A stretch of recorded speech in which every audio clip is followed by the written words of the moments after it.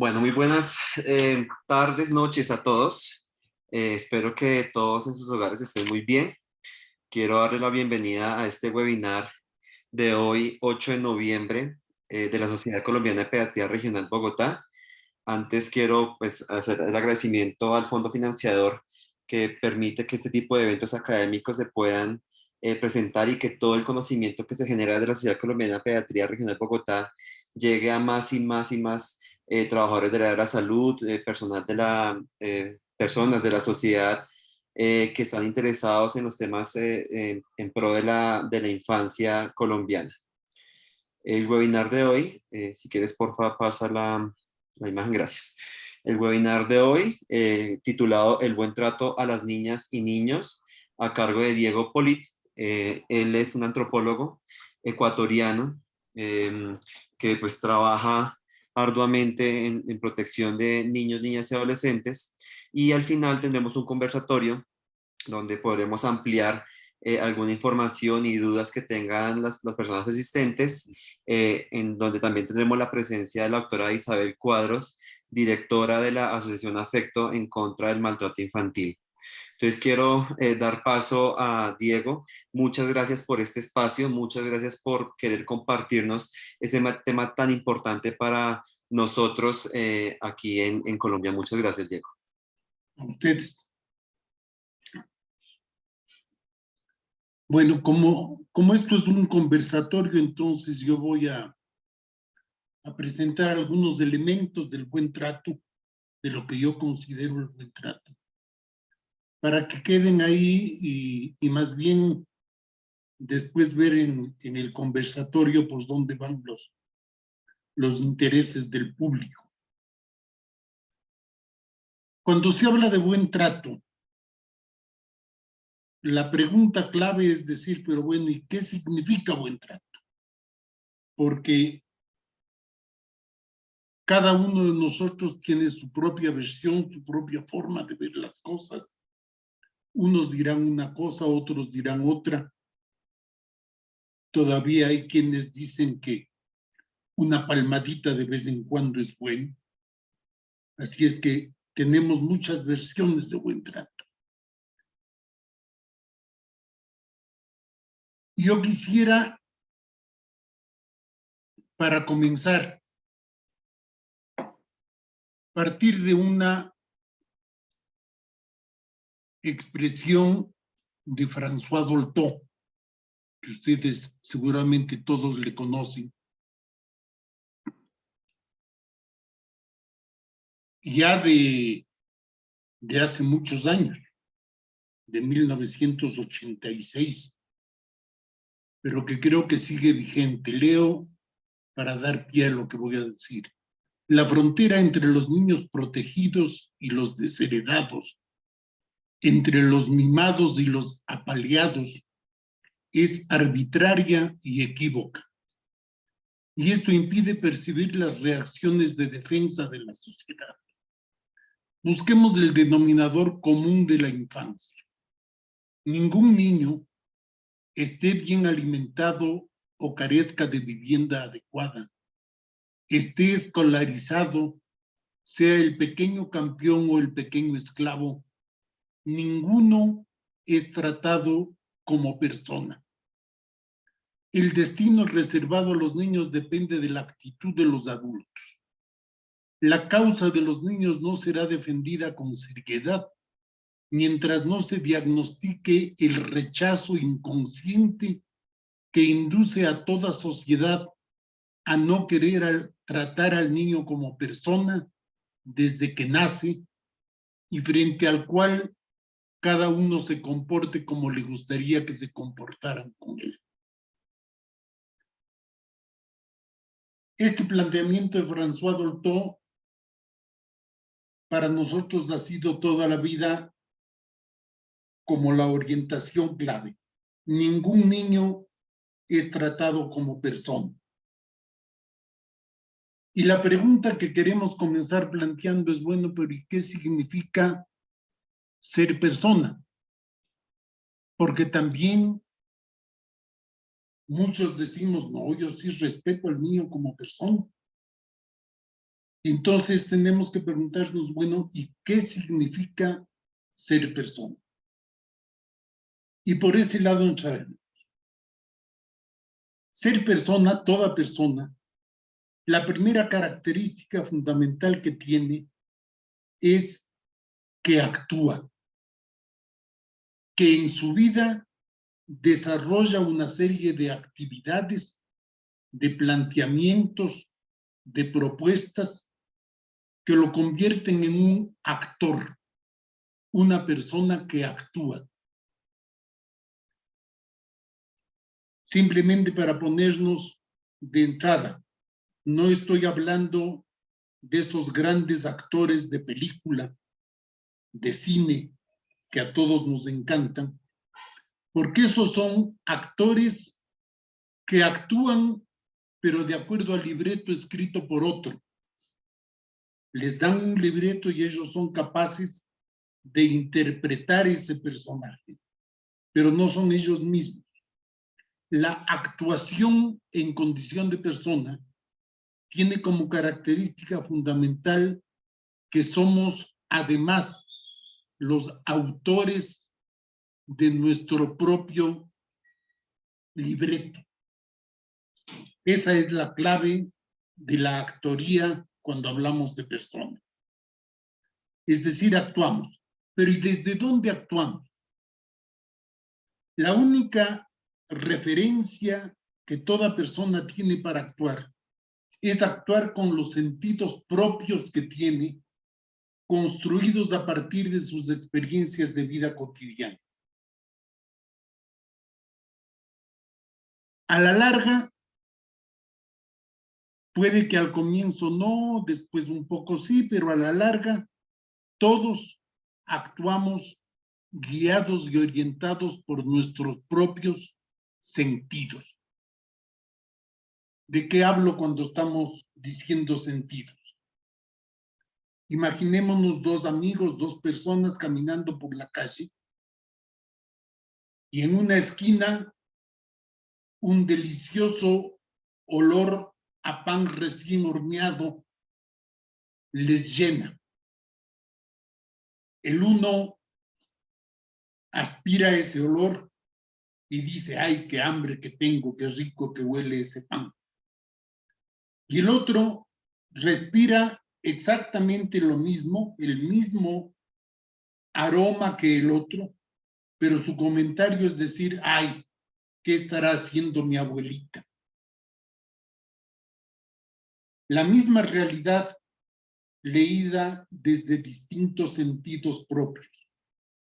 El uno desde su hambre, el otro desde su recuerdo, desde la ternura de su abuela, que es probablemente la que horneaba el pan cuando él era más pequeño. Ese es el sentido. La misma lectura con diferentes sentidos. Y nadie puede actuar si no es a partir del propio sentido que cada uno de nosotros va construyendo. Y ahí el primer gran error del mundo adulto, el creer que los niños son vacíos y que se llenan de lo que nosotros les decimos, que nosotros vamos escribiendo en ellos y les vamos modelando de acuerdo a nuestras propias intenciones. Nada más falta. Todo niño tiene sentidos propios porque vive sus experiencias de vida propias y va construyendo sentidos. Cada uno lee la realidad, lee sus experiencias y va construyendo sus propios sentidos que son los que le llevan a actuar. Por eso, un elemento fundamental del buen trato es construir y promover momentos y espacios en la que los niños y las niñas y las adolescentes lean la realidad. Es la primera lectura que deberíamos de enseñar a los niños, leer la realidad. Después vendrá leer los libros, que también es importante. Pero más importante y fundamental es aprender a leer la realidad. Y a partir de esa lectura, es fundamental que los niños y niñas comiencen a intercambiar sus lecturas los unos con los otros, se cuenten lo que están leyendo y vayan construyendo sentidos propios y colectivos. Dentro de la familia, de la escuela, del barrio, de los programas de niñez, es fácil preguntar a los niños qué les gusta y qué no, qué les hace sentir bien y qué les provoca malestar, qué quisieran mantener de esa realidad y qué les gustaría cambiar. Esas son las preguntas claves de una lectura de realidad. Por eso yo insisto siempre en que el arte de un buen educador es aprender a tener la boca cerrada hasta lograr que nuestros estudiantes expresen su propia palabra, expresen su propia voz. Lo que Paulo Freire decía, aprender a pronunciar el mundo. Ese es el primer elemento fundamental de la condición de persona y de la condición del buen trato. Reconocer a los niños como actores que actúan con su propio sentido y apoyarles para que vayan aprendiendo a leer su realidad y a descubrir sus propios sentidos.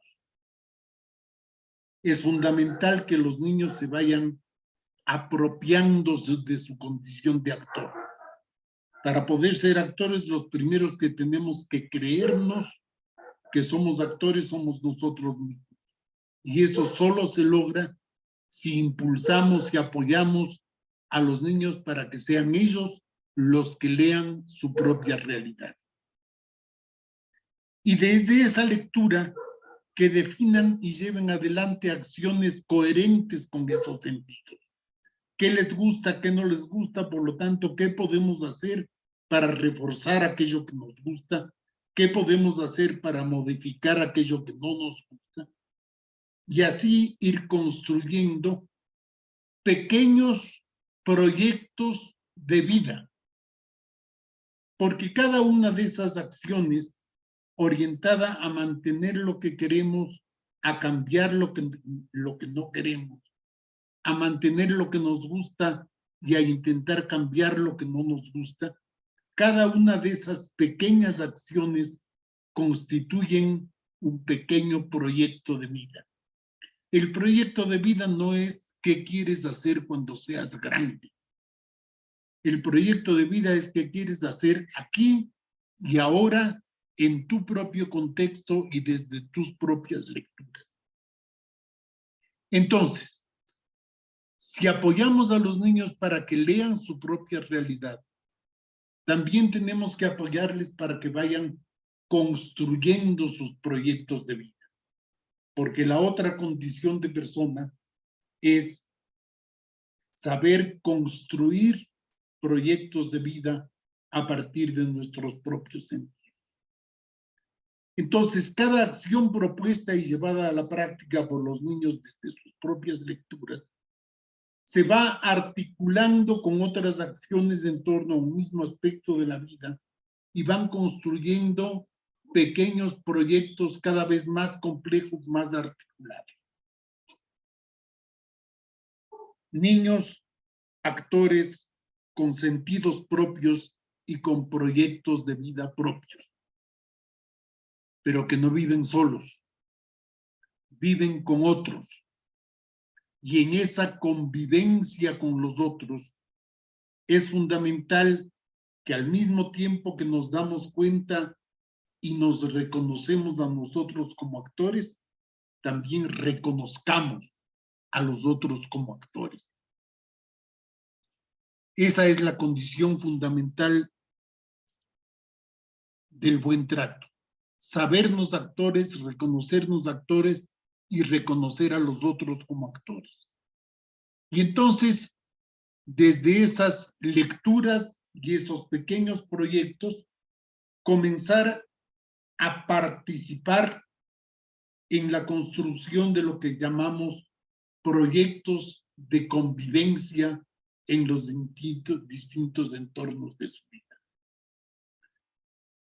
El buen trato se refiere fundamentalmente a construir y promover momentos y espacios en los que las niñas, los niños y los adolescentes puedan compartir sus lecturas, sus mini proyectos, para ir definiendo acuerdos, desacuerdos y pequeñas propuestas de cambio o de fortalecimiento de algún aspecto de su vida.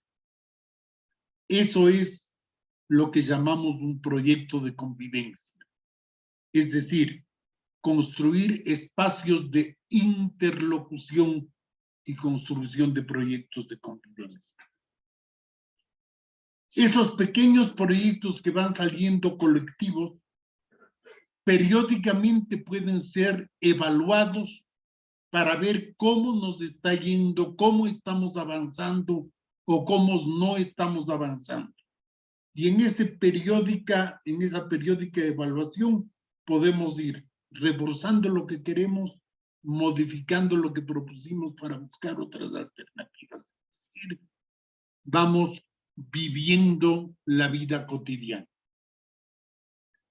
Si analizamos estas comprensiones, vamos a ver que no es tan difícil lo que estamos proponiendo. Es absolutamente factible si ustedes piensan en los niños y en las niñas. Hay espacios en donde les tenemos cautivos. Ni siquiera tenemos que convocarles. Están cautivos en la familia, en la escuela, en el barrio, en los programas de infancia. Cuando llegan a nuestro consultorio de médicos, están cautivos, están ahí sentados. Y les podemos proponer cosas para que ellos vayan actuando y construyendo esos proyectos de los que estamos hablando.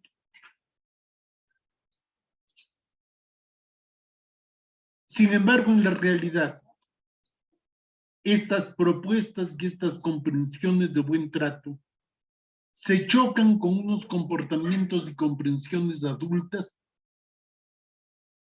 que normalmente no parten de ese respeto del que estamos hablando. Con mucha frecuencia, les están oyendo los perros que se pelean debajo mío. Váyanse afuera, vean.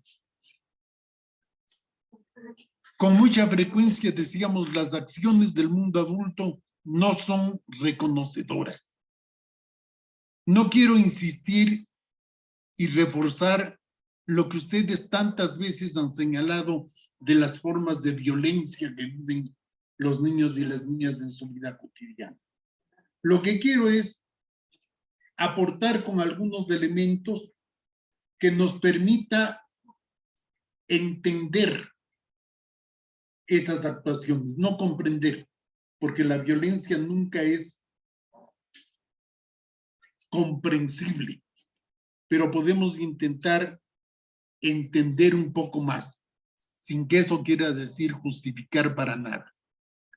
Y cuando preguntamos a los niños y a las niñas sobre las situaciones o circunstancias en las que son castigados con mayor frecuencia por el mundo adulto, la respuesta de los niños siempre va orientada a plantear situaciones que se refieren al no cumplimiento de normas, de expectativas o de órdenes.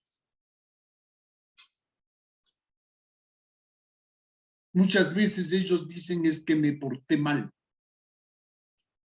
Y cuando indagamos un poco, cuando intentamos profundizar qué significa eso de me porté mal, es que normalmente no obedecí alguna orden que querían los niños, que querían los adultos con relación a la vida.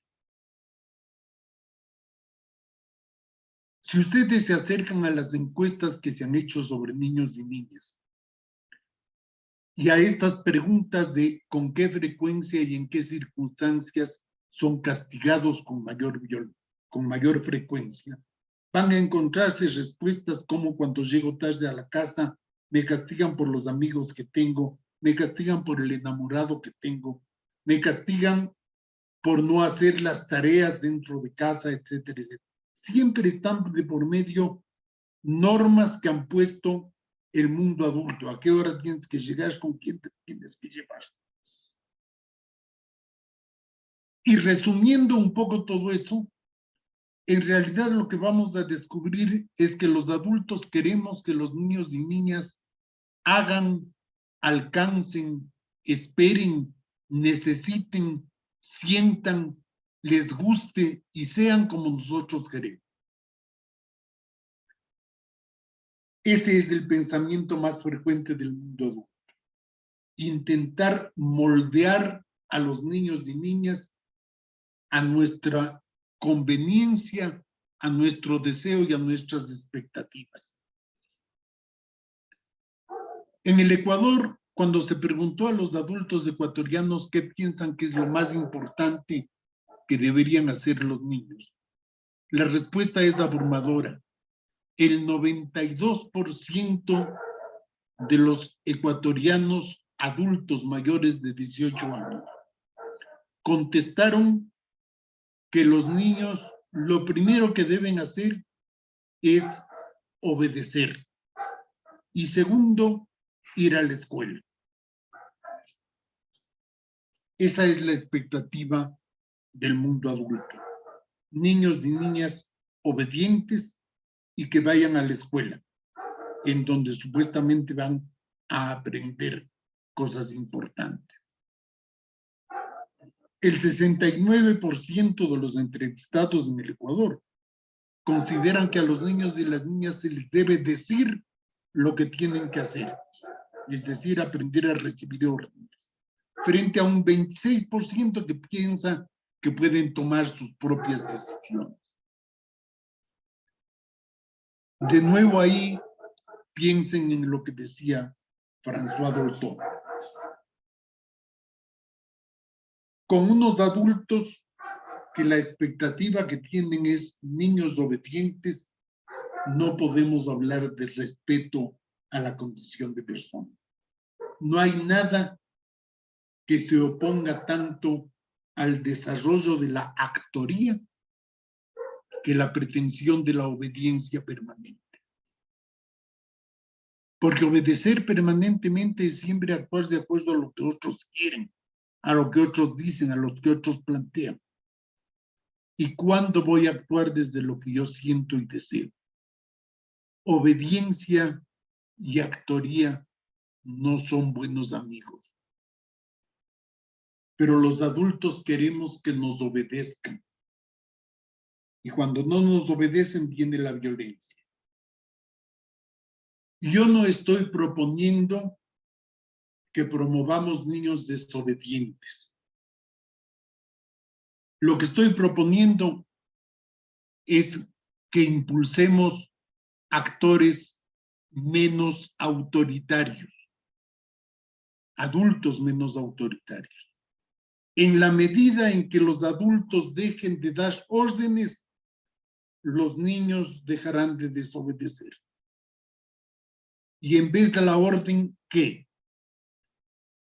Hay un término que ustedes ya estarán cansados de oír, que es la nueva forma de ver la educación, que decimos ya no es enseñar, es acompañar a los niños en la construcción de sus propios aprendizajes. Acompañar. ¿Qué significa acompañar? Acompañar significa eso, apoyar para que ellos lean sus propios sentidos, construyan sus propios proyectos, intercambien esos proyectos, interlocuten entre ellos y con el mundo adulto y vayan construyendo proyectos de convivencia. Nuestro trabajo es un trabajo de apoyo, no de orden. cuando yo apoyo, la característica de apoyar a alguien es que ese alguien primero dijo lo que quería hacer. Y entonces yo le apoyo para que haga. El apoyo no parte de la iniciativa de quien apoya, sino de la iniciativa de quien es apoyado. Ese es el significado de buen trato que yo quiero impulsarles y contarles a ustedes. Daniel Prieto, cuando analiza todo esto, él tiene una frase que para mí es dolorosa y dura, pero enormemente cierta. Él dice, la historia de la niñez es la historia de un interlocutor ausente, de una palabra no dicha, del más terrible de los silencios.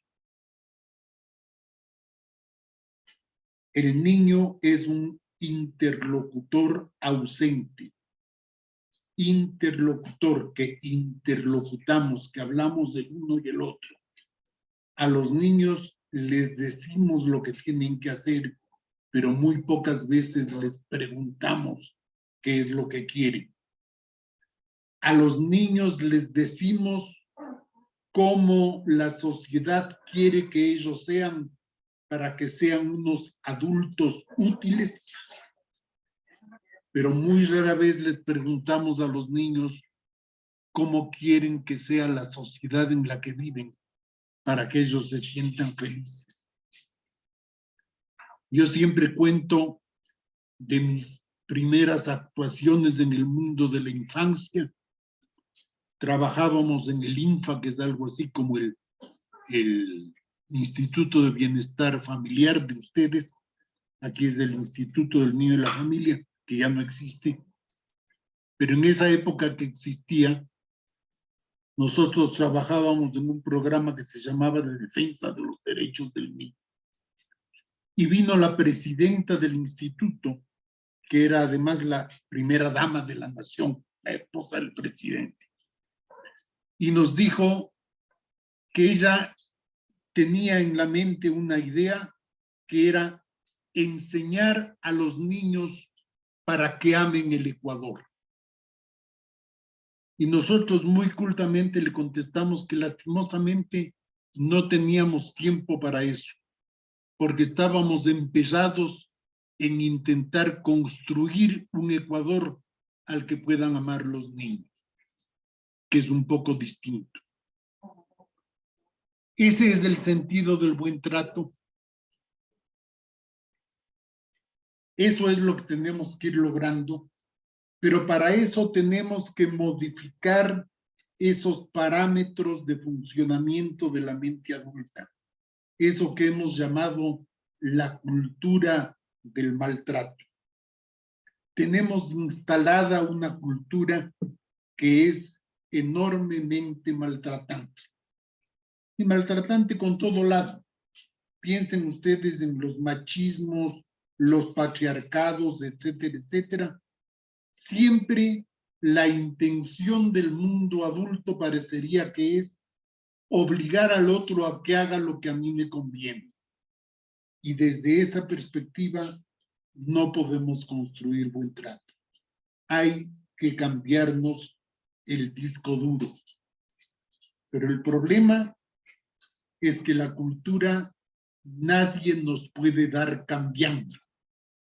Los únicos que podemos modificar la cultura somos nosotros mismos.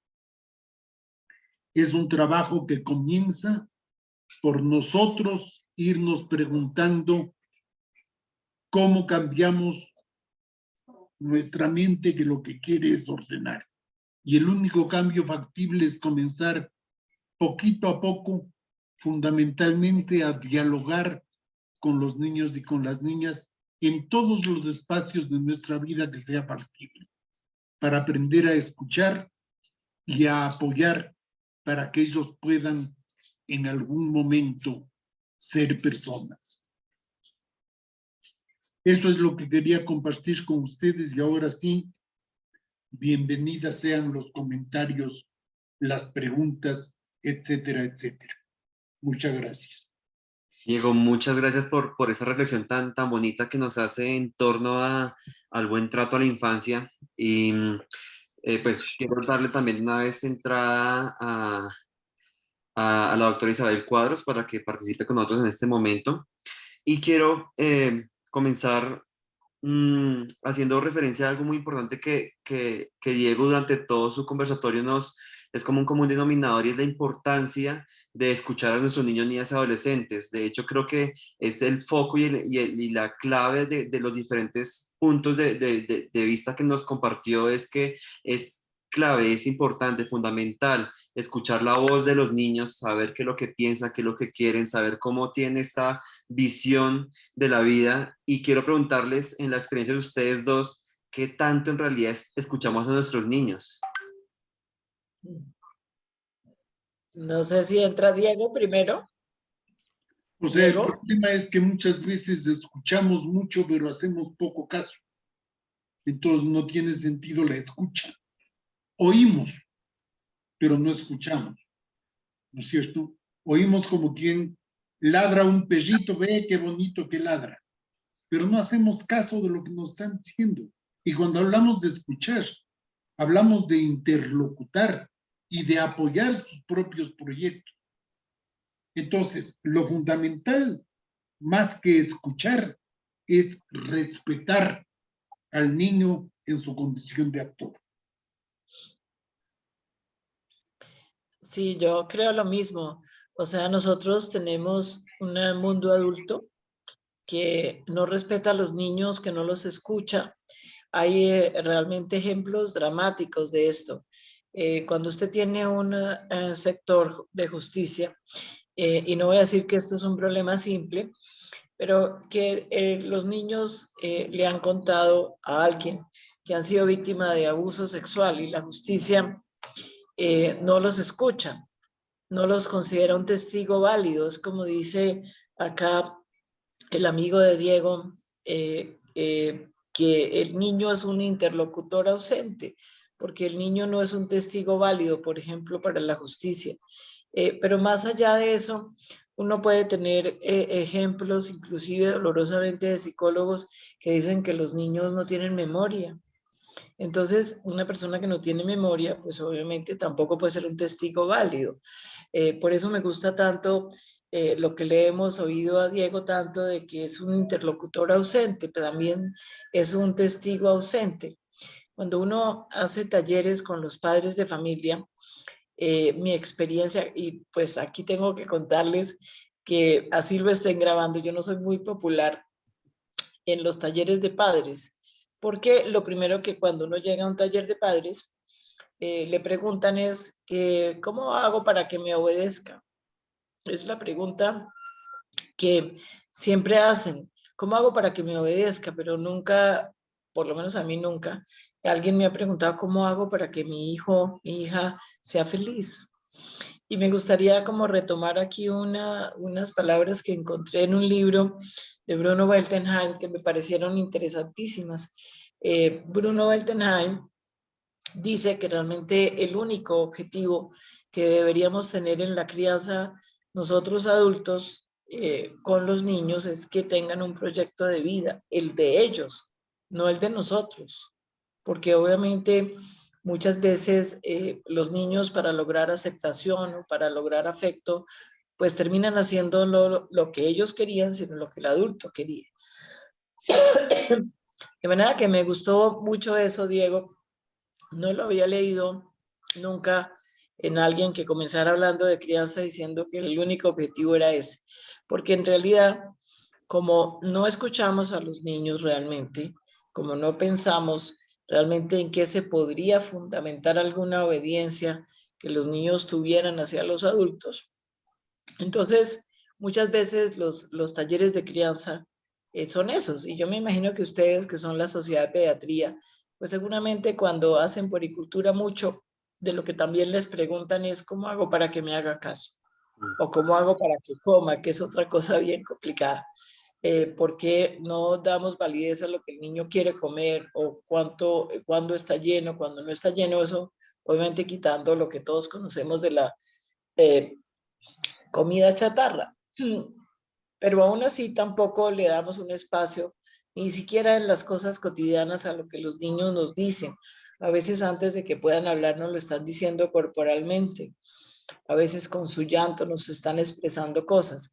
Pero lo cierto, y celebro mucho que Diego, que obviamente es antropólogo, haya utilizado algo que a mí me parece absolutamente real en el mundo de nosotros los psiquiatras y de los psicólogos, que es esa hostilidad inconsciente hacia los niños. O sea, uno a veces se pregunta por qué tratan de esta manera a los niños. Como decía Diego, la violencia pues no es comprensible. Uno tiene que tratar de estudiarla para ver por qué nos hemos desviado tanto de esa maravilla que sería seguir lo que Diego nos ha enseñado a lo largo del tiempo, de cómo hacemos para que realmente tratemos bien a los niños. Y yo creo que, y seguramente esto lo aprendí de Diego, el buen trato comienza por la escucha, porque si uno escucha a los niños, uno obviamente tiene una interlocución con ellos. Y la escucha, y aquí pues de pronto vale la pena decir que en un bebé la escucha es oír qué significa su llanto. Pero en el juzgado penal es lo que el juez Rosansky siempre nos ha enseñado. La escucha del niño es tener a alguien que pueda interpretar lo que el niño está diciendo porque sabe suficiente de desarrollo. De manera que es muy importante esa escucha de los niños. Ustedes, los pediatras, pues escuchan los síntomas de los niños, tienen que interpretar los síntomas de los niños. Yo recuerdo tal vez una de las mejores experiencias con uno de los pediatras, un gastroenterólogo, que llevé a mi hija y no me habló a mí, le habló a la niña. Y a mí me pareció que eso era lo que un verdadero pediatra que sabe escuchar a los niños tenía que hacer. Seguramente después la mamá podía opinar algo, pero no antes de que la niña hubiera hablado de lo que sentía en su cuerpo. De manera que esto para decirles que estamos muy contentos de que estemos trabajando juntos, la Asociación Afecto, con la Sociedad de Pediatría, y que vamos a arrancar nuestra semana de buen trato, que se pueden inscribir. Vamos a estar todos ahí. Dolorosamente no va a estar Diego en persona, pero sí vamos a recoger todas sus enseñanzas y vamos a arrancar este 17 de noviembre con nuestro agenda que vamos a tener presencial, y seguramente vamos a, como siempre, a tener actividades conjuntas con todos nuestros socios para que todas las personas se puedan beneficiar de este aprendizaje tan maravilloso que hoy en día, y pues hay que decirlo como lo que podemos rescatar de la pandemia, hemos logrado tener a muchas personas de América Latina, de España, de Estados Unidos, en nuestros congresos y en esta semana del buen trato, donde queremos proponer, eso sí, a ver cómo te suena esto, Diego, una acción de buen trato con un niño al día. Bonito, pero empujemos un poquito más de una acción. Una No es, docente mía, hago una acción de buen trato y después ahí viene el palo, no vale, pues. ¿No es cierto? Entonces sí, una acción de buen trato, pero con compromisos claros de, a ver, lo que ustedes decían, ¿cómo hago para que mi hijo me obedezca? Fácil, deje de ordenar. ¿No es cierto? O sea, el cambio no está en los niños, el cambio está en el adulto.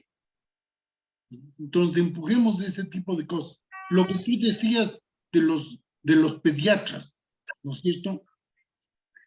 Rompanles del esquema a los papás.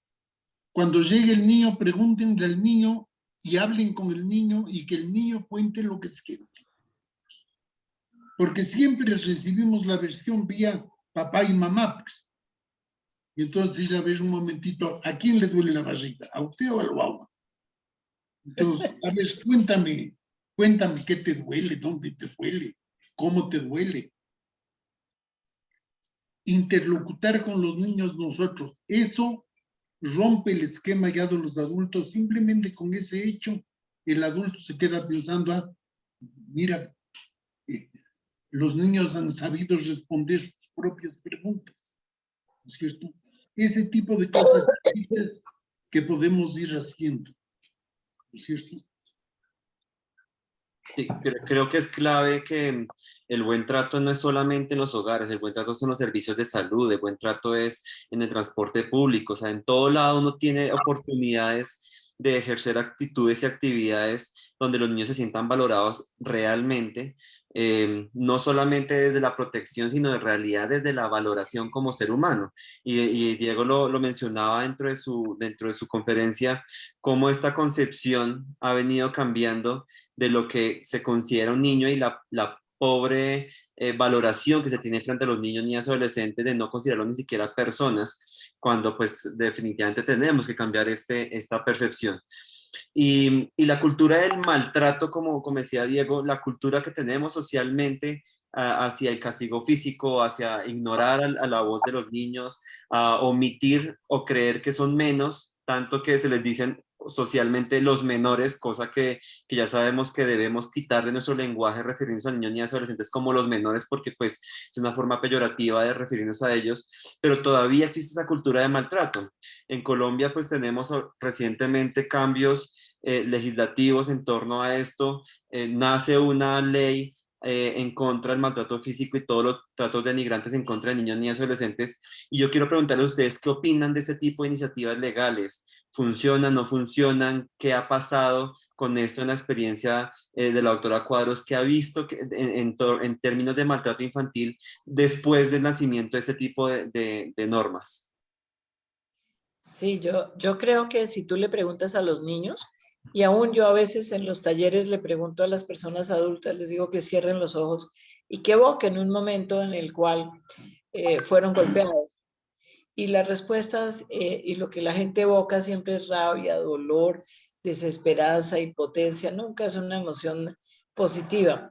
Como dice el doctor Miguel Barrios, pediatra insigne de maltrato infantil, dice que no hay una sola investigación que pueda decir que el maltrato físico o el abuso físico de los niños mejoró una condición.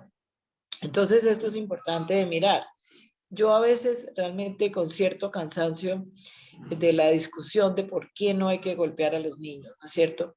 Entonces les digo, mire, usted puede estar o de acuerdo o en desacuerdo, pero usted no puede estar, realmente usted no puede obrar en contra de una ley y esa es la gran ventaja. Es decir, sacar esto fue heroico realmente, porque obviamente muchas personas se pronunciaron en contra, especialmente grupos religiosos que hacen una muy mala interpretación de la Biblia, donde dicen que con la vara hay que castigar y resulta que cuando usted habla, no conmigo, por supuesto que no soy una experta en Biblia, pero con gente que ha estudiado muy profundamente la Biblia, resulta que la traducción, y ahí me refiero a lo que estaba hablando de la realmente hostilidad inconsciente que se tiene contra los niños, porque la traducción fue vara cuando realmente en el sentido original era callado, que es lo que utilizan los pastores para guiar a las ovejas, que es lo que todos deberíamos hacer, acompañar a los niños en palabras de Diego y de realmente nuestro otro realmente maestro que es Álvaro Posada, deberíamos estar es acompañando la crianza.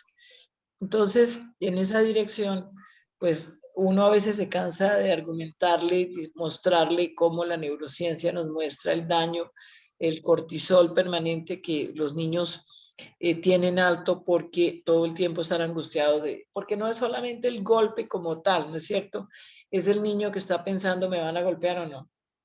Es lo mismo que le pasa a las mujeres maltratadas de, ¿esta vez me van a golpear o no me van a golpear? ¿Me van a gritar o no me van a gritar? Entonces, en esa dirección, yo creo que sirve. Mi experiencia es que sirve. Haría falta mucha más divulgación y mucha más pedagogía. Pero por ahora, digamos que es un buen comienzo tener una ley que diga no se puede golpear a los niños en Colombia.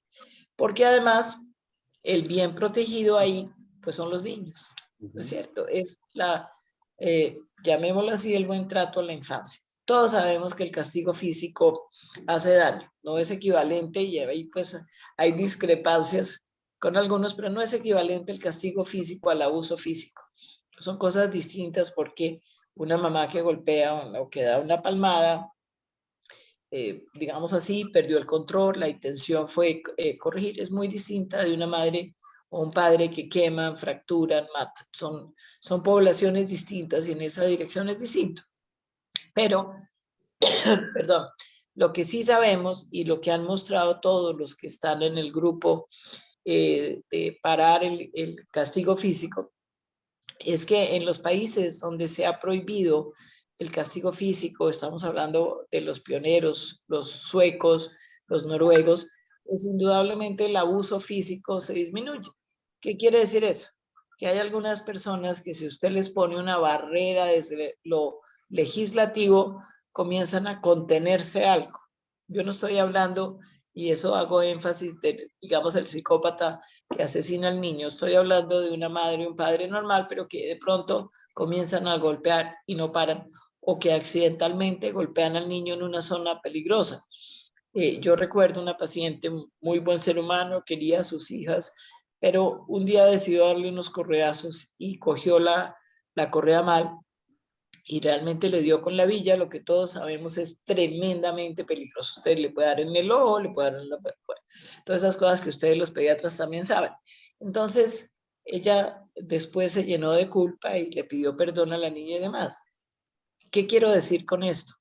Que nosotros tenemos también que generar una cuestión normativa, decirle, usted no puede hacer eso, porque en alguna medida, y pues aquí Diego tiene varias investigaciones que les muestran un poco qué hace la gente.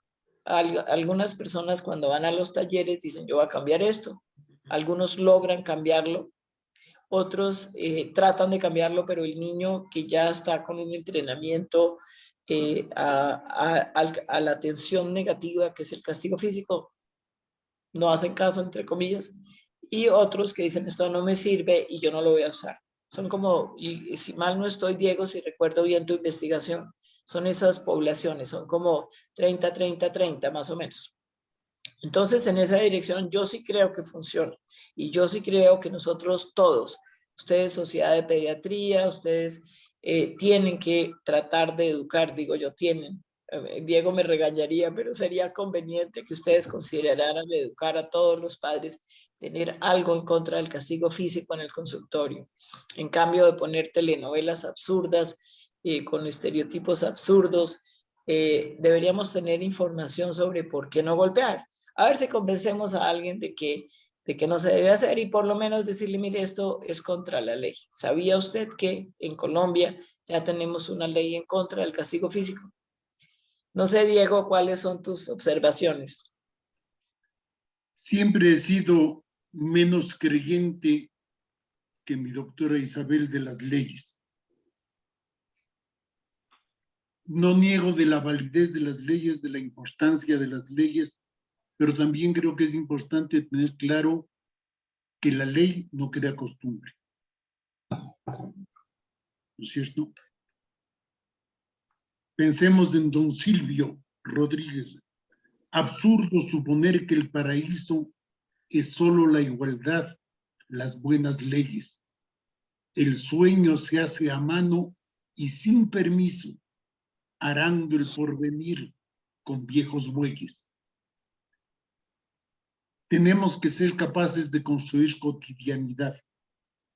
La ley puede ayudar, pero no es suficiente. Yo soy muy insistente. Nos gastamos enorme tiempo y esfuerzo en cambiar una ley y eso es válido siempre y cuando sepamos que el cambio de la ley no es el último paso en el camino.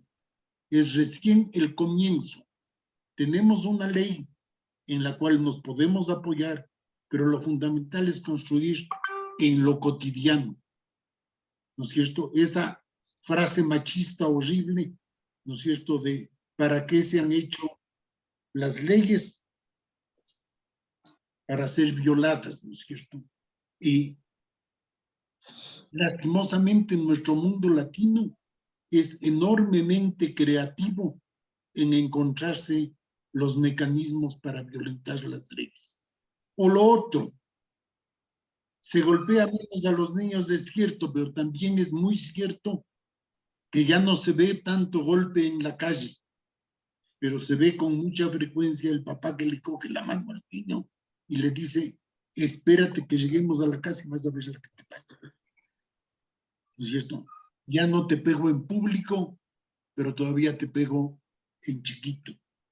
Entonces, la ley es importante, hay que pelear por las leyes, hay que tener buenas leyes, pero insisto, no es suficiente, no es el punto de llegada, es el punto de partida para construir en la vida cotidiana. Porque lo que es cierto es que ustedes analizan nuestro mundo jurídico, si fuéramos capaces de cumplir todas las leyes, viviríamos en un paraíso, ¿no es cierto? Pero la violencia cotidiana con los niños, ese no se ha modificado significativamente. Entonces, sí a las leyes, pero no creyendo que son suficientes, sino que son recién el comienzo de un largo trabajo en vida cotidiana. Sí, es que de hecho cuando uno habla de derecho, de la positivización del derecho en protección de infancia, en el mundo son 33 años que tenemos de la Convención Internacional de los Derechos del Niño, o sea, solamente hace muy poco estamos siendo conscientes de la importancia de la protección infantil y cómo necesitamos, porque eso ya es algo, pienso yo, algo netamente cultural, social, tener que tener una norma por escrito para poder tener algo de conciencia frente a la protección, frente al no hacer, el no cometer un acto indebido o alguna acción que vaya en contra del buen desarrollo de los niños y niñas adolescentes. Y creo que es a nivel mundial que hasta ahorita estamos despertando en este sentido de la protección de niños y comenzar a buscar lo que en realidad necesitan los niños ser tanto, bueno, ser protegidos pues o que necesitan solventar sus necesidades básicas del rol que nosotros como adultos tenemos en pro del desarrollo integral y en busca de una salud integral, tanto física, emocional, en fin, de los niños, niñas y adolescentes. Y quiero, bueno, antes de continuar, acuérdense que en el chat pueden escribir las preguntas que deseen hacerle a nuestros conferencistas para que participemos un poco entre todos. Y quiero pues tocar el tema de las consecuencias que vamos a ver más adelante del niño que es maltratado, del niño que no solamente con golpes, no solamente con el abuso sexual, no solamente el maltrato psicológico, sino también el que es desatendido en sus necesidades básicas, el niño que no se vincula o que no es vinculado afectivamente de forma positiva con sus papás, el niño que lo mantienen en situaciones de desaseo, de descuido, que no lo llevan al control médico, que le muestran una imagen de el no querer a los niños, niñas y adolescentes. ¿Qué opinan ustedes? ¿Qué nos pueden enseñar nosotros frente a las consecuencias a largo plazo de estos niños maltratados? ¿Vas tú, Diego? Ay, complicada la vida, ¿no es cierto? Porque hay veces que decimos el niño descuidado en el aseo, pero es más grave cuando en cambio construimos el aseo como el parámetro de la conducta y entonces queremos niños limpios y bien vestiditos. No hay nada más bonito que un niño lleno de lodo, porque está actuando. Entonces, hay que tratar continuo para no ser ortodoxo en el amplio sentido de la palabra. O sea, no son verdades absolutas, ¿no es cierto? Todo es relativo, todo es de a poco, hay que ir construyendo, es decir, un niño sucio pero feliz, seguro que es una suciedad en la que aprendió muchas cosas. Un niño sucio pero triste no es válido, pero tampoco quiere decir que si está limpio está feliz. Entonces, el punto álgido de la cosa no está en esos detallitos, sino en general en la relación cotidiana con los niños. Yo insisto en eso porque es ahí donde tenemos que ser capaces de construir una cultura diferente. Yo creo que eso realmente es una cosa que hay que considerar con mucho cuidado, porque si bien un niño se puede ensuciar, como dice Diego, la parte que a uno le preocupa de la negligencia, y pues voy a decirlo, por favor no vayan a interpretar, la doctora Cuadros dijo que es válido golpear. Lo que pasa es que muchas veces el niño no visto, el niño no reconocido, el niño al que no se le pone atención psicológica, es muy grave. Y pues yo pienso que un poco tal vez el doctor se estaba refiriendo a esos niños descuidados que no vienen a la escuela pues vestidos y demás. Porque no solamente se trata de que el niño no se pueda ensuciar, sino que obviamente para evitar determinadas enfermedades, pues, y eso lo descubrimos hace tiempos, pues hay que bañar a los niños cada cierto tiempo. Entonces, en esa dirección, a mí me parece que la negligencia en el cuidado del niño tiene que ver con eso, tiene que ver con que no vemos las necesidades más básicas de los niños.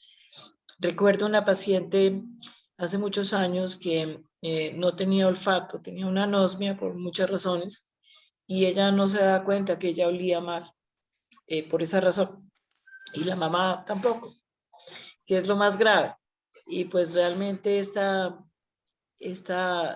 niña sufría mucho el rechazo de los niños en el colegio, para poner ejemplos desde la vida real, porque ella no sabía que estaba oliendo mal y su mamá tampoco se preocupaba de eso, y eso generó unas cosas realmente muy traumáticas en esta niña. Y yo lo que creo es que no importa si el niño se ensucia, lo que creo es que muchas veces la negligencia en el cuidado de los niños es muy grave, porque significa que la madre o el padre no está viendo lo que el niño necesita, o que el niño está ahí. Y en esto, porque y los niños, y todos sabemos eso, mueren más de negligencia que de cualquier otra de las formas de maltrato. Es decir, es más grave no cuidar a un niño, no vacunarlo, no llevarlo al médico cuando lo necesita. Pues todos sabemos que los pediatras hacen un esfuerzo para detectar problemáticas tempranamente. Entonces, en esa dirección, la negligencia mata más que el abuso físico, que el abuso sexual, que el abuso psicológico. Mata más porque obviamente estos niños que no tienen cuidado generalmente están desnutridos, no se les da buena comida, no se fijan qué están comiendo los niños comen lo que pueden. Y pues obviamente ahí tenemos que también meter que no solamente es una problemática de la familia, de los niños, sino también del Estado. La negligencia institucional, pues en Colombia es sumamente grave, especialmente hacia ciertos pueblos indígenas y pueblos que han sido rechazados a las zonas más pobres del país. En esa dirección, yo creo que hay unas cosas que tenemos que mirar con mucho cuidado. Por esa razón, estos niños que mueren por negligencia generalmente no se ponen en el certificado de función así, sino que se ponen como desnutrición o enfermedad infecciosa, enfermedad respiratoria, en fin.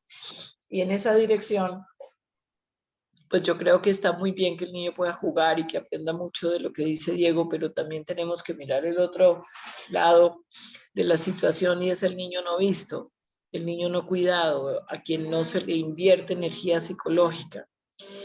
Como por lo que les digo, yo creo que buen trato también significa eso, ¿no? Es la inversión psicológica, y si me permiten el término técnico de la cantidad de energía libidinal que se le pone al niño, cómo lo queremos, cómo lo cuidamos, todo ese tipo de cosas que indudablemente están debajo de todo lo que llamamos buen trato hacia los niños.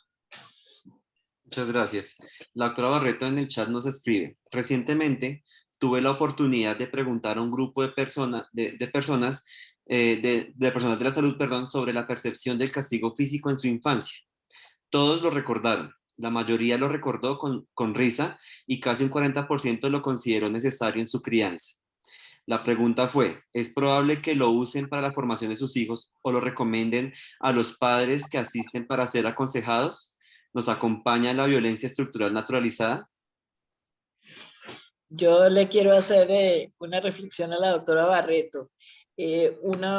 Cuando yo hacía terapia, pues hace relativamente tiempo, y hacía terapia pues con grupos grandes, lo primero que yo le prohibía a los pacientes Diego no va a estar de acuerdo con esto, pero yo le prohibía a los pacientes que se rieran de experiencias dolorosas. Esto que me acabas de contar no me parece chistoso, ni me parece gracioso, ni más. Míralo como la observación de la doctora Barreto, que la gente se ríe, reírse de que a uno lo golpea. Eso, en mi opinión, de psiquiatra es una cosa disociativa. Y cuando estamos hablando de lo disociativo, estamos hablando de una cosa gravísima que ocurre, y es que usted está a merced de su lóbulo temporal. Es decir, usted no está pasando por la corteza prefrontal y no está reflexionando cómo eso lo hacía sentir. Diego tiene unas cosas muy interesantes que él llama resentir la infancia, que es venga, claro que él no pregunta cómo se sentía usted cuando lo golpeaba, creo. Él pregunta más bien usted cuándo fue feliz con su papá, qué cosas fueron buenas en su infancia, y eso es un concepto que nosotros hemos adoptado mucho en afecto. Pero lo que sí le quiero decir a la doctora es que eso es disociativo. Y cuando usted mira las investigaciones de la transmisión intergeneracional de la violencia, ¿qué encuentra? Que el denominador común de quien transcribe la violencia que sufrió sobre la generación siguiente es la disociación. De manera que si a mí me dicen eso, yo rompo la disociación y le digo, cuénteme qué era chistoso de esto.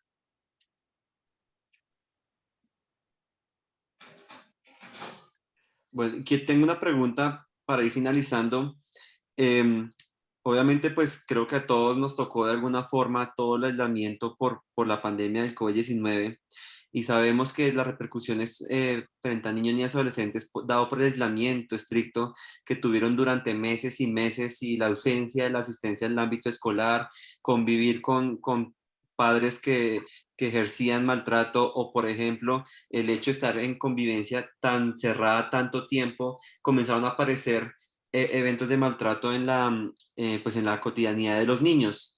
¿Qué nos espera frente a salud mental? ¿Qué nos espera frente a estos cambios comportamentales que sabemos que van a tener los niños, niñas y adolescentes, y que están comenzando a aparecer en estos momentos en esta época? ¿Qué nos espera? ¿Estaremos listos para afrontar todo lo que nos viene como una ola, un coletazo de la pandemia, pero en salud mental en niños?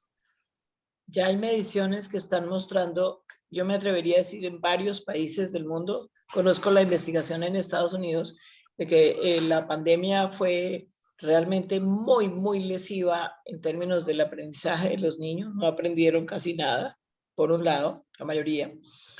Dos, obviamente que la pandemia, como todo este tipo de cosas, acrecentó la inequidad, especialmente en Colombia, pues donde uno en las zonas rurales veía que los niños, la mamá y el papá estaban trabajando todos con un celular. Entonces, obviamente se llevó por delante toda la poca equidad que hay en el país, o sea, la aumentó.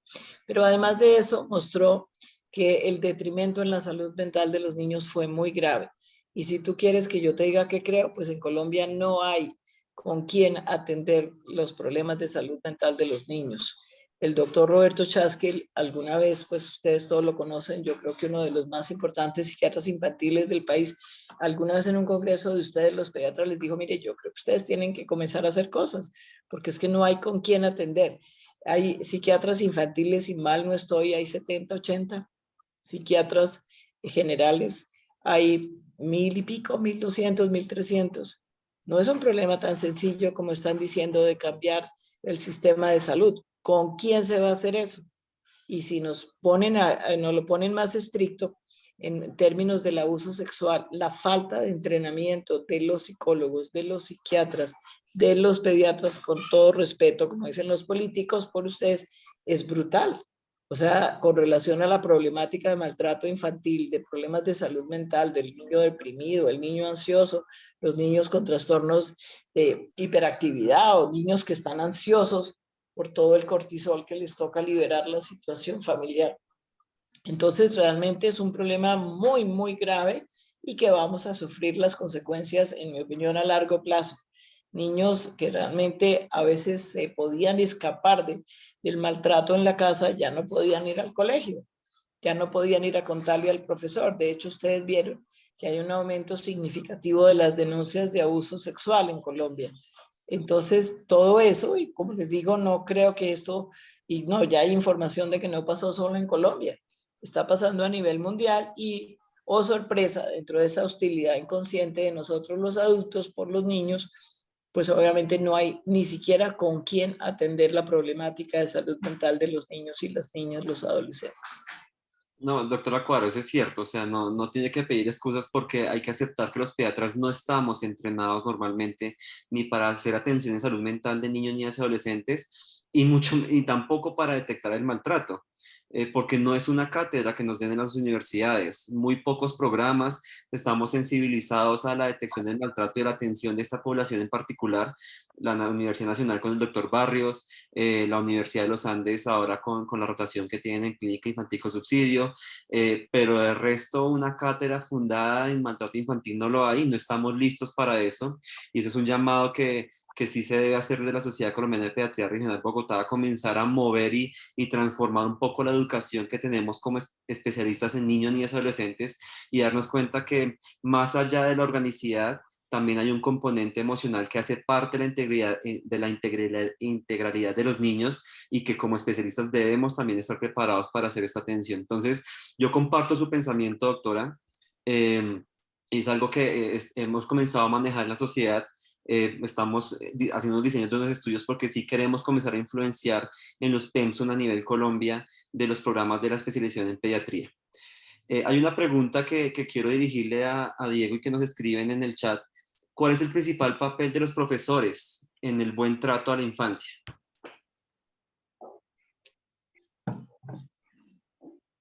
Tratar bien ellos es lo fundamental. Los profesores, o sea, las famosas escuelas para padres en donde los profes se quieren convertir en referentes para los padres, yo creo que no funcionan porque no funcionan. O sea, lo principal para los profesores, aprendan ellos mismos a tratar bien a los niños. Estos pequeños consejos, vean, la escuela es tan fácil de construir pequeños proyectos de lectura de realidad, de construcción de propuestas, una vez cada 15 días, una vez cada semana, pero una vez cada 15 días, que no es una tragedia para nada. Reúnanse con los niños, planteen a ver qué les gusta, qué no les gusta, qué está bien, qué está mal. Vayan, dividan la vida cotidiana de la infancia, de la escuela, en trocitos de pastel. La disciplina, el recreo, el aula, las lecciones, las relaciones con los compañeros. Y sobre cada tema vayan construyendo diálogos y conversaciones a ver qué les gusta y qué no les gusta del aula. ¿Cómo podemos hacer que el aula esté más bonita? ¿Cómo podemos hacer que la relación entre compañeros sea más positiva?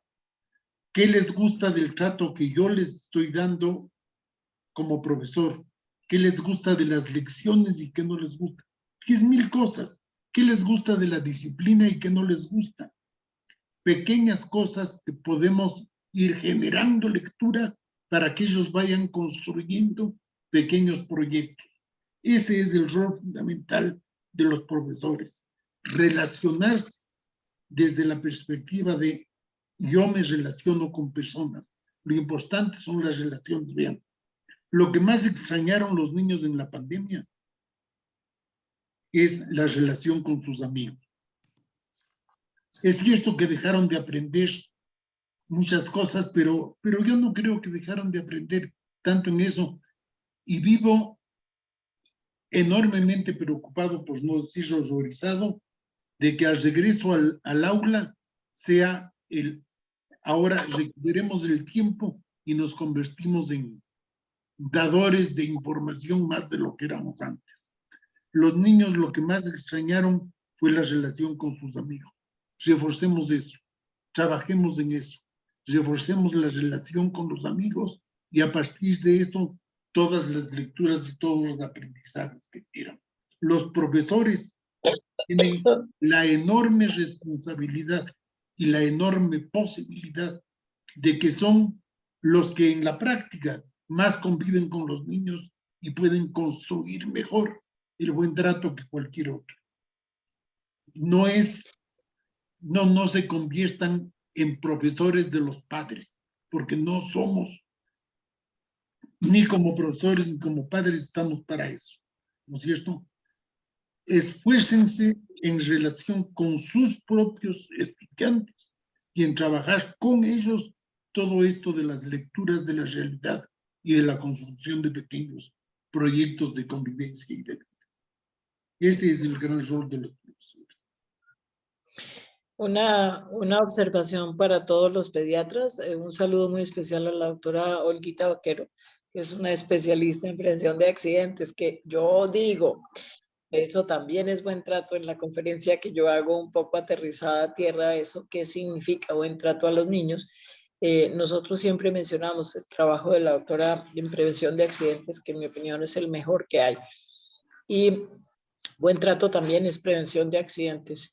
Pero adicionalmente a eso, para todos ustedes pediatras, la Asociación Afecto hace muchos años, quiere decir fácilmente 15 años, con la Asociación Mundial de Maltrato, la IPSCAN, de la cual yo fui de la Junta Directiva, trajimos a Colombia una primera versión de una diplomatura de maltrato infantil. De manera que esa está disponible para todos los que la quieran hacer. Se pueden comunicar a través de la Sociedad de Pediatría con la doctora María Isabel Usher, que la vi entrar, de manera que debe estar por ahí. A través de la Sociedad de Pediatría podíamos trabajar que lo que no están haciendo las facultades de medicina y los departamentos de pediatría se puede hacer a través de una organización no gubernamental, pero sin ninguna duda pionera en la intervención del maltrato infantil en Colombia. Muy bien, muchas gracias, doctora. La doctora Vaquero nos comparte, como sociedad, ¿cómo podemos trabajar para evitar el maltrato a los niños y niñas, y principalmente a los más pequeños, que son usados para crear lástima y lograr beneficios económicos, situación que vemos a diario? Creo que esta situación de un poco de explotación de menores la hemos comenzado a ver un poco más tangible socialmente en los semáforos, en calles, un poco derivado de todas las crisis humanitarias que vimos recientemente a través del COVID, de la pandemia del COVID, de la crisis migratoria que vivimos. ¿Qué opinan ustedes frente a esta situación? Hace mucho tiempo hubo una campaña del ICBF que dolorosamente, como todas las buenas campañas, no duró, pero donde se podían comprar unos bonos que uno le podía dar a una persona que estaba mendigando con los niños en la calle, pero bonos para alimentos. Obviamente a la gente no le gustó y pues a los demás tampoco, porque estos niños que están en la explotación realmente en las ciudades, pues muchos son drogados, muchos son niños alquilados, o sea, no lo miren con ojos, yo lo llamaría con los lentes rosados del mundo, no, esto generalmente hay una cosa de explotación de los niños brutal, entonces lo primero que hay que decirle a la gente es jamás le dé limosna a una persona que tiene un niño. Usted podría darle comida, usted podría referenciarlo a los centros que tiene de atención la ciudad o el ICBF.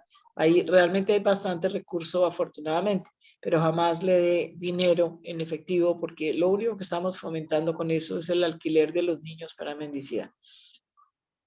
De manera que eso es importante. El ICBF, como le cuento, hace bastante tiempo, por lo menos unos 25 años, tenía una campaña muy buena donde usted no quiere que eso siga pasando, bueno, aporte, pero aporte a un sitio donde realmente el dinero se va a invertir en lo que es y no seguramente en la droga del que está alquilando el niño.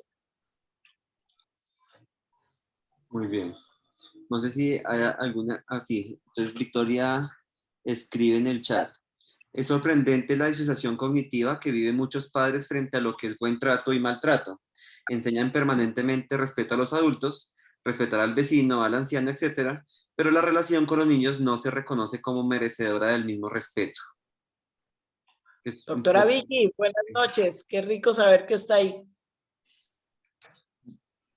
un poco a lo que Diego nos comentaba sobre esta cultura del maltrato que tenemos, que claro, colocamos normas todo el tiempo a los niños, y usted tiene que respetarnos, usted tiene que hacerle caso a sus adultos, usted tiene que, pero cuando uno voltea la arepa no se ve este mismo respeto que uno trata de infundirle a los niños, no se ve de aquí para allá.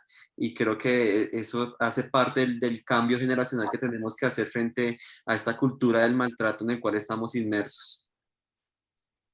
Así es. Yo creo que pues toca seguir, como me dijo en estos días el juez Rosansky, hay que seguir remando, Isabel. Tenemos que seguir remando, así sea contracorriente, de que necesitamos pues mucha más gente del lado de los niños y las niñas, que gente en contra de los niños y las niñas. Y probablemente el cuento de que la sociedad está enferma, pues tampoco es exactamente cierto, porque hay gente que bien trata a los niños, que los ama, que trata y tiene la mejor intención. De manera que eso también está ahí, no podemos llegar y decir que es una sociedad enferma, porque ahí se difunde la culpa y entonces obviamente a quién cambiamos o a quién castigamos, con el perdón de Diego. Entonces, en esa dirección yo sí creo que cada uno de nosotros puede aportar y pues nosotros tenemos la campaña de por lo menos haga una acción de buen trato hacia un niño y una niña y no lo borre con el codo. Eso sí, Diego tiene toda la razón, porque no le dé un beso y después le dé un pellizco, porque entonces básicamente estamos entre la madre esquizofrénica o el padre esquizofrenizante. Pero es muy importante que cada quien haga un poquito. Tenemos la campaña de Solo por Hoy, vamos a tener nuestra página de Buen Trato, vamos a tener información gratuita para todas las personas y pues realmente los invitamos a todos. Vamos a estar el 17 instalando la Semana de Buen Trato, 19 de noviembre, Día Mundial en contra del abuso de los niños, 20 aniversario de la famosa Convención de los Derechos del Niño, 25 de noviembre, el Día Mundial en contra del abuso a nosotras las mujeres.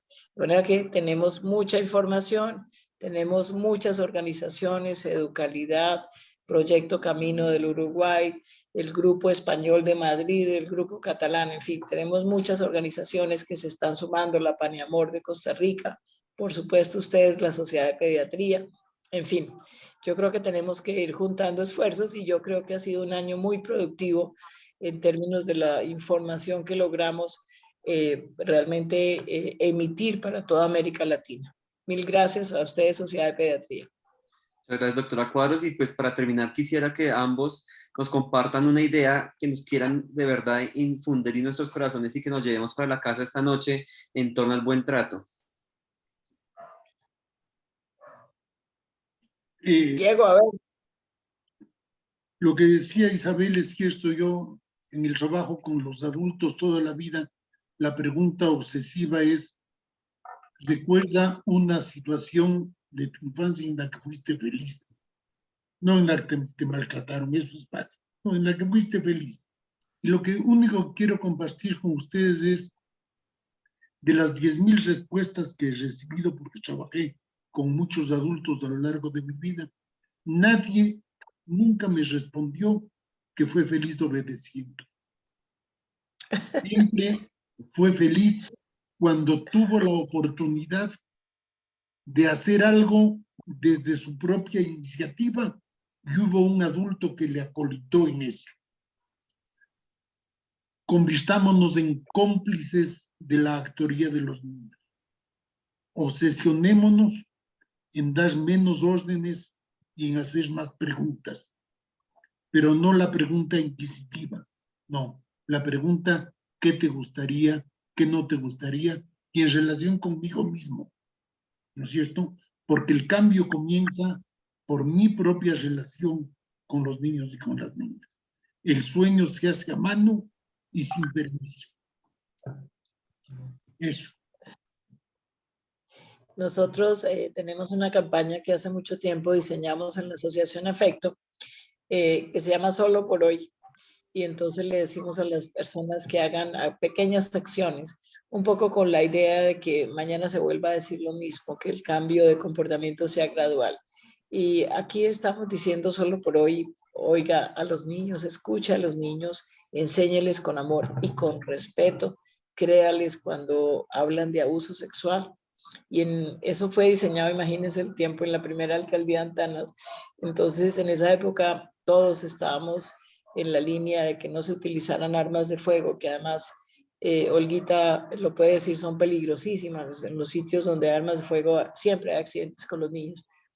Entonces, también decíamos que guardaran las armas en un sitio seguro y las olvidaran y que solo usaran las armas de la razón y del afecto. Todo eso es muy importante en términos de la cotidianidad de los niños y las niñas, de manera que ojalá que utilicen la campaña de Solo por Hoy, que es pública y que es para todos. Doctora Cuadros, muchas gracias. Creo que sí es el momento de la revolución de las pequeñas cosas. Y esta campaña de haz una acción buena por un niño, un buen trato por un niño todos los días, pues creo que es los pequeños pasos que logran una maratón. Quiero agradecerles a ustedes dos a nombre de la Sociedad Colombiana de Pediatría Regional Bogotá por este espacio. Creo que nos llevamos enseñanzas muy gratificantes todos los presentes y con muchos pensamientos para hacer, muchos análisis para hacer en nuestro actuar diario, en cómo nosotros en el consultorio tenemos reales buenos tratos por los niños, qué tanto estamos escuchando a nuestros pacientes, qué tanto estamos nosotros opinando y solicitándoles a ellos su punto de vista frente a nuestras conductas, porque creo que debemos también nosotros comenzar a dar ejemplo a los papás, como Diego mencionaba hace un rato, comenzar a educar a los papás también con el ejemplo nosotros como médicos. Así que de verdad, muchas gracias. No sé si hay algún comentario final de alguno de los asistentes. Tania, Tania tiene la mano alzada, puedes desbloquear tu micrófono y compartirnos. No sé si la doctora Vaquero tenga... Gracias, buenas noches, Doc. Tengo una pregunta que es un poquito, la he intentado escribir en el chat varias veces y no supe cómo redactarla. Entonces prefiero hacerla vocalmente. A los doctores expositores, muchísimas gracias por la presentación, excelente, pero me queda una duda entre cómo no llegar al maltrato, pero establecer una barrera entre el respeto y sin pasar al maltrato, pero no permitir la permisividad, de pronto favoreciendo una mala crianza. No sé si vocalmente me supe expresar, pero hay conductas infantiles que sí toca, digamos, que poner un freno o poner como un límite. Entonces es como un consejo, y esto más como mamá, ya no de mi hijo que ya tiene 21 años, pero sí como qué consejo le podemos dar a las mamás para no ser tan permisivas ante ciertas alteraciones conductuales que uno ve de pronto en la consulta o en la calle. No sé si me podrían ayudar con esa duda. No, aquí, pues obviamente que hay una serie de límites que los niños y las niñas tienen que aprender, y pues el límite, en mi opinión, tiene mucho más que ver con la autoprotección. Pero realmente los niños aprenden mucho más de lo que ven que de lo que les decimos. Entonces, en esa dirección, pues tú no puedes dejar que el niño vaya en el asiento de adelante, porque obviamente es el sitio más peligroso y tiene que ir con la silla correcta, en el puesto correcto. Entonces, la permisividad que se llama, en mi opinión, es negligencia. Es decir, los niños no vistos. Si tú no te das cuenta que el niño se va a accidentar, eso se llama negligencia. Entonces hay una serie de límites y comportamientos que los niños tienen que ir aprendiendo, pero lo importante es que lo aprendan a partir de lo que tú haces, no de lo que tú dices. En general, de los sus niños aprenden propias muchísimo más. experiencias. Y hay una cosa tremendamente importante que recordar, y es esta. Los niños, básicamente, y todos los humanos, el reforzador más importante del comportamiento de un niño es la atención. Entonces, a veces uno no se da cuenta que el mejor límite es ponerle atención a lo que el niño hizo bien y tratar, en la medida de lo posible, de no ver hasta un límite de lo que el niño hizo mal. Entonces, el niño va incorporando una forma de ser en el mundo que no hay necesidad a veces ni siquiera de decírselo. De manera que yo te diría que el límite sí, especialmente cuando estamos hablando de protección, pero no es porque yo quiero el límite, porque es mi hostilidad, sino porque hay que decirle al niño, pues las personas importantes se van en el asiento de atrás. ¿Por qué? Porque tú eres importante, porque es más seguro para ti. Todo ese tipo de cosas hay que ponerlas, obviamente son comportamientos que son preventivos, y esa es, me parece a mí, por supuesto Diego puede no estar de acuerdo, yo creo que esa es la única realmente regla que tenemos que seguir, es cuando es una regla de seguridad del niño o de la niña, porque obviamente no queremos un niño quemado, no queremos un niño muerto, no queremos el niño en la moto, todo ese tipo de cosas que realmente a veces se hacen, en mi opinión, por negligencia y, entre comillas, permisividad, porque la permisividad tiene un aire de negligencia, es de no ver al niño, de no, el niño no importa. Y cuando ustedes van a ver los niños que derivan dolorosamente niños delincuentes, vienen de dos sitios, vienen de poblaciones altamente maltratadas o de poblaciones con alta negligencia. Porque obviamente los niños necesitan, insisto sobre esto, no es la norma por la norma, es la norma a favor de la protección y es el niño que tiene que ser visto. Yo me doy cuenta de cómo estás, dónde estás, qué te pasa. Y en esa dirección, otra vez, obviamente, el niño aprende mucho más del comportamiento que de las palabras. Estoy totalmente de acuerdo en las valideces de las cosas, pero hay un principio que yo creo que es fundamental de tener en cuenta. Los límites no se los pone, se los construye. Y es muy distinto, ¿no es cierto? Porque ¿quién soy yo para poner los límites de otro? Los límites son necesarios, pero los límites se construyen en el diálogo con el otro. Es cierto, Diego. De hecho, cuando hacemos cátedras de crianza, yo siempre les enseño a mis residentes que los límites normativos son importantes porque los niños necesitan una guía digamos, de comportamiento. Sin embargo, estos límites no son estrictos, son maleables, se modifican con el tiempo, se van corriendo para un lado y para el otro, y esa maleabilidad la da la negociación precisamente con el niño, escuchar la voz del niño, saber qué piensa él, por qué sí, por qué no, y que el niño también, uno entienda por qué existe una norma, el por qué se está colocando una norma, porque usualmente, como dice la doctora Cuadros, está enlazada a un evento de protección, ¿sí? Tú no te puedes salir a la calle solo, tú no puedes cruzar la calle sin mirar al lado y lado, tú no puedes estar sin la compañía de un adulto, ¿cierto? O sea, hay cosas, hay normas que son en pro de la protección, pero hay otras que son cosas que son comportamentales, que se pueden, obviamente, asociados un poco al desarrollo de cada niño, el momento de vida de cada niño, entre una negociación frente a qué tanto sí, qué tanto no, y permitir que esas normas vayan moldeándose y vayan siendo con cierta maleabilidad en el tiempo, para que así el niño tenga una ruta clara de aprendizaje, pero también que se sienta involucrado y se sienta vinculado en su propio aprendizaje, en su propio desarrollo, que creo que hace parte de precisamente esa comunicación que tenemos que tener asertiva con los niños, niñas y adolescentes.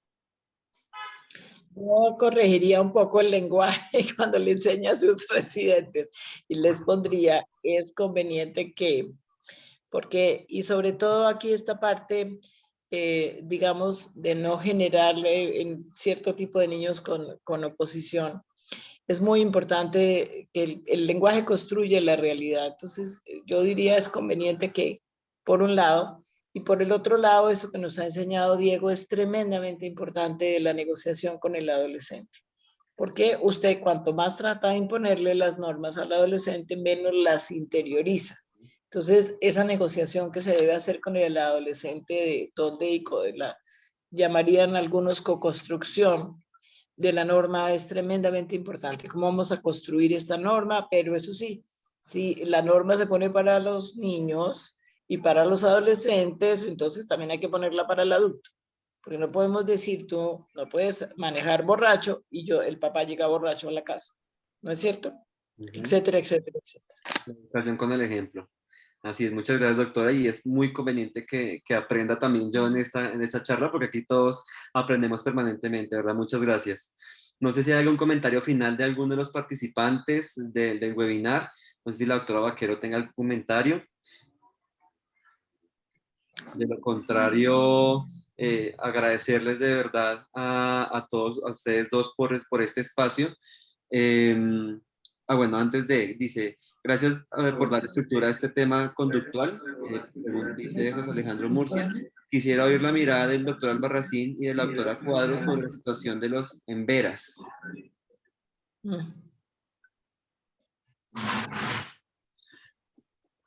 Me cojo la cabeza.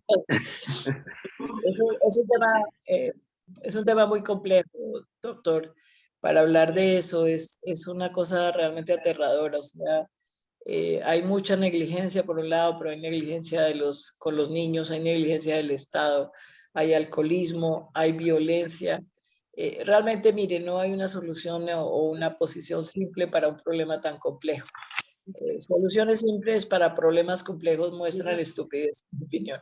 Entonces, yo creo que dejemos, porque es un tema complejísimo, doctor, no terminamos de aquí a las 11 de la noche. Yo creo que vale la pena hacer un seminario solamente sobre qué pasa con los niños y las niñas de poblaciones y etnias especiales. Sí, es cierto, es un tema bastante complejo cuando, bueno, digamos que mi especialidad, que es la parte jurisprudencial en pediatría, es bien complejo hacer el análisis de las comunidades indígenas y de la parte cultural que se tiene frente al cuidado de los niños en comunidades indígenas, porque los organismos internacionales, en los tratados internacionales nos indican que nosotros debemos respetar gran parte de las conductas que se lleven a nivel interno y respetar la cultura propia, en este caso de los emberas. Sin embargo, pues aquí comienza a rayar un poco frente a lo que es maltrato en un lado y no lo es en el otro, lo que la parte legal en Colombia dice frente a maltrato y lo que adentro de la comunidad indígena se tiene la concepción, la cosmovisión de la crianza en niños. Entonces, como dice la doctora Cuadros, es muy complejo y acá esto es algo intersectorial, aquí tiene que ver la pediatría, tiene que ver la salud mental, tiene que ver la parte legal, tiene que ver la antropología, tiene que ver la psicología, o sea, aquí son muchos puntos de vista y comenzar a hilar fino frente a lo que la situación de la infancia en las comunidades indígenas. Ningún niño de ninguna población especial o diversa, como usted la llame, puede estar por debajo de la Convención de los Derechos del Niño. O sea, la convención la firmó el Estado colombiano. No la firmó, no. Se firmó el Estado colombiano y los indígenas y los afros y todas las poblaciones diversas y demás que están realmente en un problema tan grave en este momento. Nadie puede estar por debajo de la convención. Es decir, hay una convención que nos rige a todos y en esa dirección, pues todo eso de la antropología y todo eso, ni más faltaba que sea importante. Pero nadie puede, los niños indígenas tienen los mismos derechos que los niños, ¿cómo los llamamos? Así es. Así es. Y la ratificación de la convención que fue en el 91, pues automáticamente al ratificar una norma la coloca al mismo nivel constitucional y debemos respetarla, debemos cuidarla. Entonces, aquí cuando exista alguna situación anormal en un niño, así sea de una comunidad indígena, se debe propender por la protección de estos niños y porque así lo dice la ley, porque así lo dicen los convenios internacionales. Pero sí aquí hay una conmovisión frente al trato a la infancia que es bien compleja, bien compleja frente a ese tipo de comunidades. No sé si el doctor Diego tiene algún comentario. Un comentario chiquito pero importante, creo. Claro que sí. La cultura nunca puede ser el pretexto para maltratar. Eso. Gracias. Es un punto fundamental. Pero también es fundamental el otro punto. Nadie puede cambiar la cultura de otro. Solamente uno mismo cambia su propia cultura.